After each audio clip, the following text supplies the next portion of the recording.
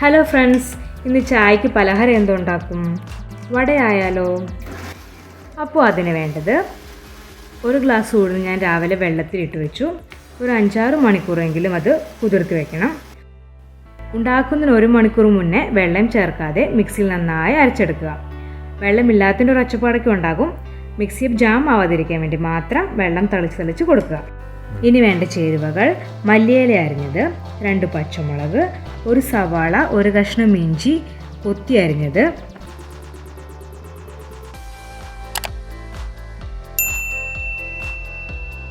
ഉപ്പ് ആവശ്യത്തിന്, കുരുമുളക് പൊടി 1/2 സ്പൂൺ. അരിഞ്ഞു വെച്ച ചേരുവകളെല്ലാം ചേർത്ത് കഴിഞ്ഞ് ബേക്കിംഗ് സോഡ ചെറിയ സ്പൂണിന് 1/2 സ്പൂൺ ചേർത്ത് 1 നുള്ള് കായപ്പൊടിയും ചേർത്ത് നന്നായി ഇളക്കി യോജിപ്പിക്കുക. അവസാനമായി അരിഞ്ഞ കറിവേപ്പിലയും കൂടി ചേർത്ത് കൊടുക്കാം. അത് കഴിഞ്ഞപ്പോഴാണ് മനസ്സിലായത് അരിഞ്ഞയാൾ പകുതി കഷ്ണം ഇഞ്ചി മാറ്റിവെച്ചെന്ന്. അതിനെ വീണ്ടും എടുത്ത് കുനുകുനാന്ന് അരിഞ്ഞു ചേർത്തു. കാരണം ഇഞ്ചിയുടെ ടേസ്റ്റ് മുന്നേ നിൽക്കുന്നതാണ് ഈ പലഹാരത്തിന് ഏറ്റവും നല്ലത്. എല്ലാ ചേരുവകളും ഇളക്കി യോജിപ്പിച്ച് ഒരു 1/2 മണിക്കൂറെങ്കിലും വെച്ച ശേഷം ചട്ടി അടുപ്പിൽ വെച്ച് ഓയിൽ ഒഴിക്കുകയാണ് ഏറ്റവും നല്ലത്. ഓയിൽ ഒഴിച്ച് നന്നായി ചൂടായി കഴിയുമ്പോൾ വട ഉണ്ടാക്കുന്നത് പോലെ ഇതുപോലെ എടുത്ത്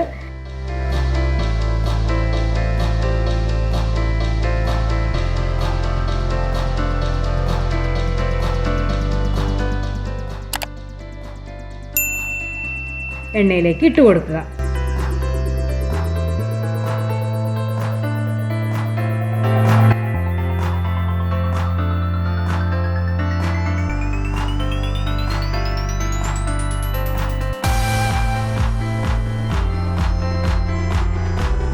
തിരിച്ചും മറിച്ചും ഇട്ട് വട നന്നായി നമുക്ക് മുറിച്ചെടുക്കാം.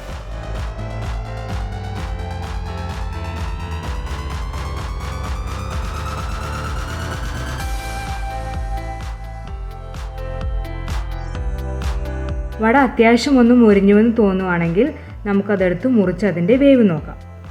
അപ്പോൾ ഇങ്ങനെ മുറിച്ച് ചായയുടെ കൂടെ വട കഴിക്കാം.